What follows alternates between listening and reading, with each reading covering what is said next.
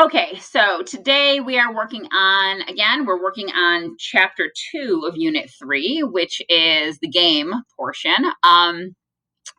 Today we're looking at unit 3, lesson 19, collision detections. So if you have ever played a scrolling type game, or really any game, sometimes there's things that you bump into, sometimes there's things that you have to jump over, sometimes there's things that you hit, and we really haven't experienced that yet with how our objects move in our programs. This is going to give us the ability, learning how to do collision detection will give us the ability to make our objects be able to interact with each other on the screen. So we are going to go ahead and get started. And again, I strongly suggest that you follow along as I do this. All right, so Bubble One is just kind of a sample game. This is something similar, hopefully, to what we'll be able to accomplish with our final game projects. It says, run the program to see a robot bringing the bunny dinner. When the bunny reaches the bowl, they both stop walking and the bowl becomes empty. So we're going to go ahead and run this. Boop. So the robot feeds the bunny, and once the bunny touches the robot, a couple things happen. Number one, they both stop moving. Number two, the bowl is emptied. So obviously the program at this point understands that these two images have come into contact with each other and runs some sort of program as a result. So that is hopefully what we are going to learn how to do today. So there's really not a whole lot to do with this. Again, we know how to make objects move. We did that with the velocity X and the velocity Y yesterday. But now we're going to have things change as they interact with each other. So once you're done with that, go ahead and hit finish, hit continue. Always make sure you do that because that's what sends it to my side as the teacher.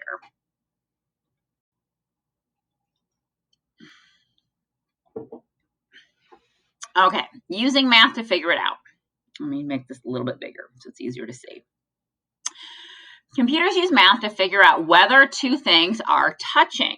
Look at the maths on line 17, 18 of this program to see how the sprite properties are compared with their width to see whether or not they are touching. Okay, so first thing I want to do is look at lines 17 and 18 of the code. So notice it says if the bunny X is greater than dinner X, and bunny X minus dinner X is greater than bunny width divided. Anyways, bunch of math. You can obviously kind of read it yourselves.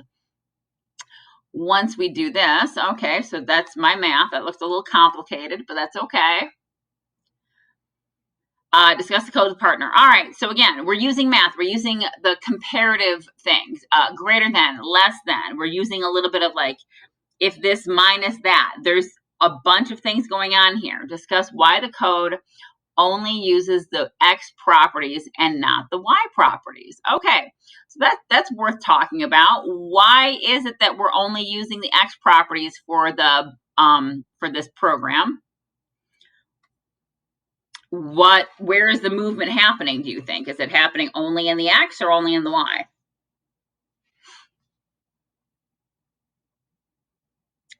Anybody? Okay, so the movement's mostly happening in the X direction. Remember, as the bunny and the robot came towards each other, that is motion in the X direction. So I don't need to worry about the Y. Nothing is moving vertically. Why would you want to, oh, that's not good. Why would you want to write this code every time? Would you want to write this code every time you checked something was touching? Abso-freaking-lutely not. No. And again, the reason why I don't want to do that is because, again, look at this. This is a hot mess. Like, I'm not trying to be funny, but I don't even know if I would be able to do this. So, no. The code is really complicated. I would prefer to use shortcuts, which is pretty much what we're going to be learning in this lesson today. So remember yesterday we used the velocity X, velocity Y as a shortcut. There was sort of that under the hood thing where like all that other code that we had been using previously was there. So that's pretty much what we're going to be learning today. So anyways, ooh, that is spelled wrong. Complicated. There we go. Okay, run. And again, like I don't want to have to do all this crazy math every single freaking time I want there to be an interaction. I mean, like that's like 1, 2, 3, 4, 5 different layers of code. Like that is insane. So how do we simplify this?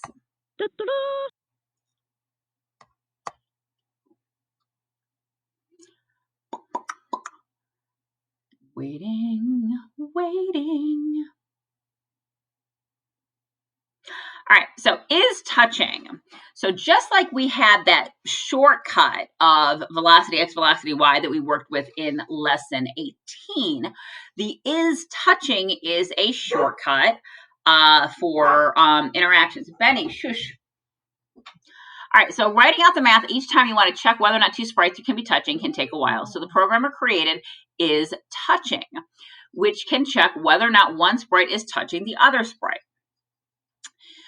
The computer is still going to do the same exact math that we saw in the previous program, but we don't have to worry about it because somebody else already did the work. So that's a beautiful thing about programming.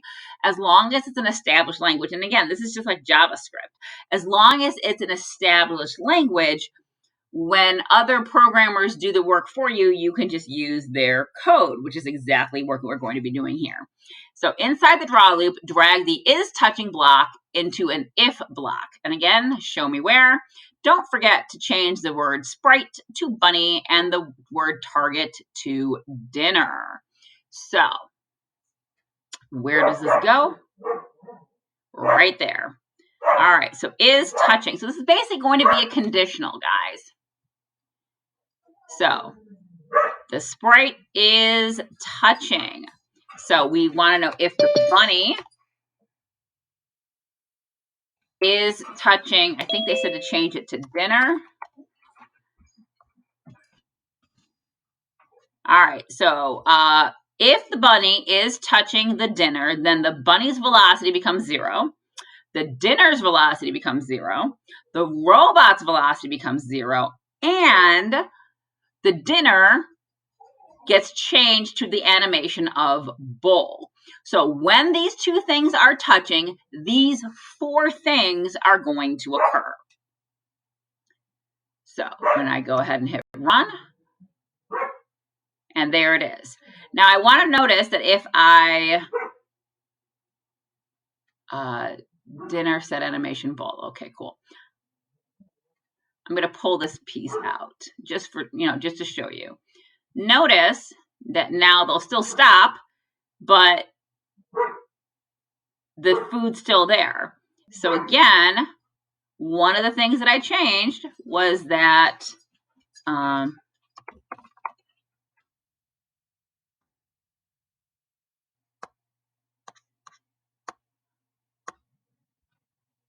again, all of these changes take place if the bunny is touching the dinner. And again, bunny is one of my sprites that I created up top here. If we'll take a quick look. We have bunny and we have the dinner. What's it called? The dinner variable or sprite created. All right. Go ahead and hit finish on this one. Going to bubble 4.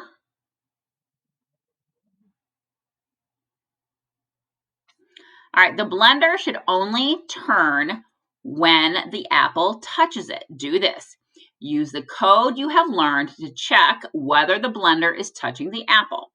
Use a conditional to only shake the blender when the apple is touching it. Okay. So the first thing I want to do is see how the program runs before I do any changes. All right, so the blender is just always shaking, whether the apple is touching it or not. All right, so now that I know how that works, I can take a quick look. All right, so that is the part that makes a blender awesome. All right, so I'm going to go into a control. I am going to get a conditional. I am going to go back to sprites, and I'm going to use an is touching. And remember, I want to know that the target, the sprite is when my apple is touching the target. In this case, the target is blender. That is the other name of my other sprite. And I'm saying if the apple is touching blender, then what happens? Well, then I want this random number shaking to occur. So all I did was basically drag that in there. All right, so let's see if this works. So you'll notice there was no shaking until the apple touched the blender. All right, one more time. And there it is. Okay, so again, I pulled in a conditional, I used my is touching, and then I dragged the motion that was already programmed for me into my conditional statement. Once you are done with bubble 4, go ahead and hit finish and continue.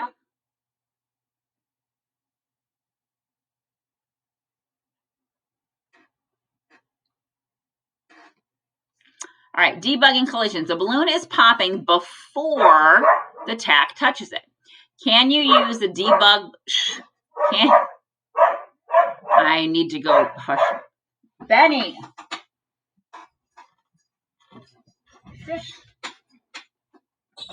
Oh, sorry about that. All right. Anyways, so the balloon is popping before the tack touches it. Can you use the debug block to get more information about the bug and the problem? Do this, run the code, use the arrow keys to move the tack to the top of the balloon.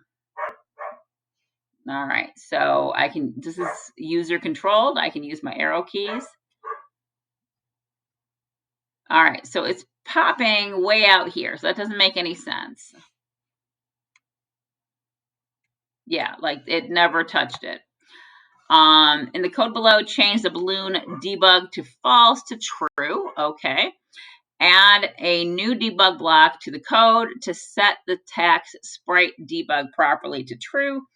Run the code again. Discuss with your partner why the balloon is now. Okay, cool. All right, so let's see if we can figure this one out because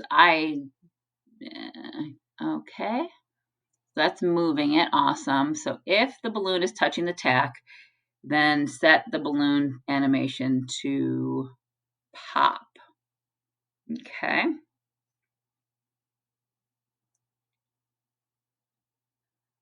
Oh, maybe we can reverse these. Maybe I say if the tack is touching the balloon.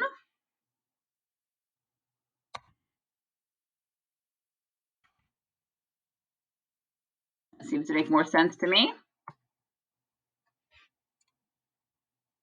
Nope. Okay. If the tack is touching the balloon, then balloon is to popped. Why is it popping early?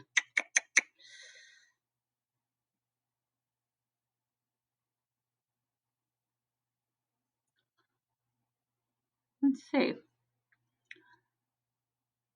Code below, change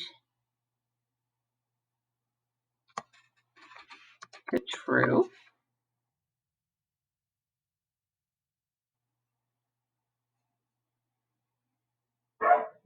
Add a new debug block to the code and set the text sprite debug property to true.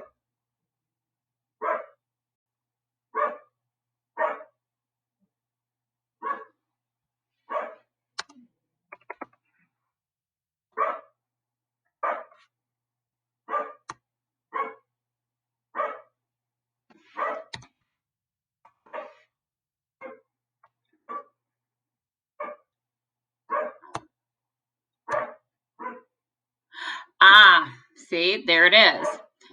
Okay, so what's happening is that there are, look at this. That's where it's going to pop. There are edges to our animations. So when the edge of my tack touches the edge of my balloon, that's when it pops. Okay, so I forgot about this. It is important to be able to figure out where those outer edges, if you will, of those objects are. And because this balloon has such a large outer edge, when our two outsides touch, that's when the change happens. But it doesn't make it look good in the program because, like, the tack didn't touch the balloon. Yeah, totally forgot how to do that. All right, cool. So once that's done, as always, go ahead and hit finish and continue.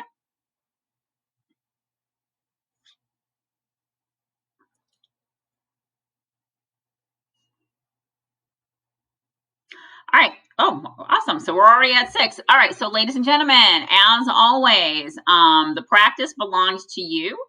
So you are going to finish up with A and B, and then you are going to work on 7 on your own. Yay. Obviously, as soon as the video renders, I will add it to the assignment in our Google Classroom. But you now have the remaining time to work. As always, if you have any issues or questions, please feel free to ask.